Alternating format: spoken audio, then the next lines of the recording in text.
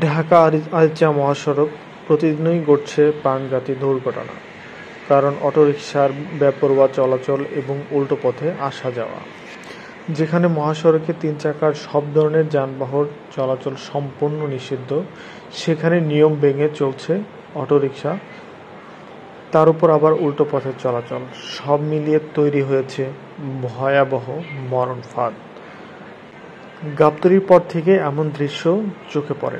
আমিনবাজার, বলিয়ারপুর, হেমায়েতপুর, সাভার, ধামরাই থেকে শুরু করে মানিকগঞ্জ পর্যন্ত পুরো সড়ক জুড়েই একই অবস্থা। ভারী যানবাহনের সঙ্গে ছোট ছোট অটোরিকশার সংঘর্ষ এখন নিত্যদিনের ঘটনা। প্রতিদিনই আহত হচ্ছে সাধারণ মানুষ, কেড়ে নিচ্ছে নিরীহ প্রাণ।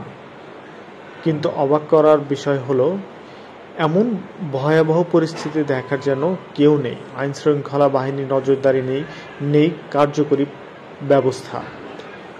সচেতন মানুষের দাবি, দ্রুত পদক্ষেপ না নিলে ঢাকা আরিচা মহাসড়ক পরিণত হবে মৃত্যুর ফাঁদ।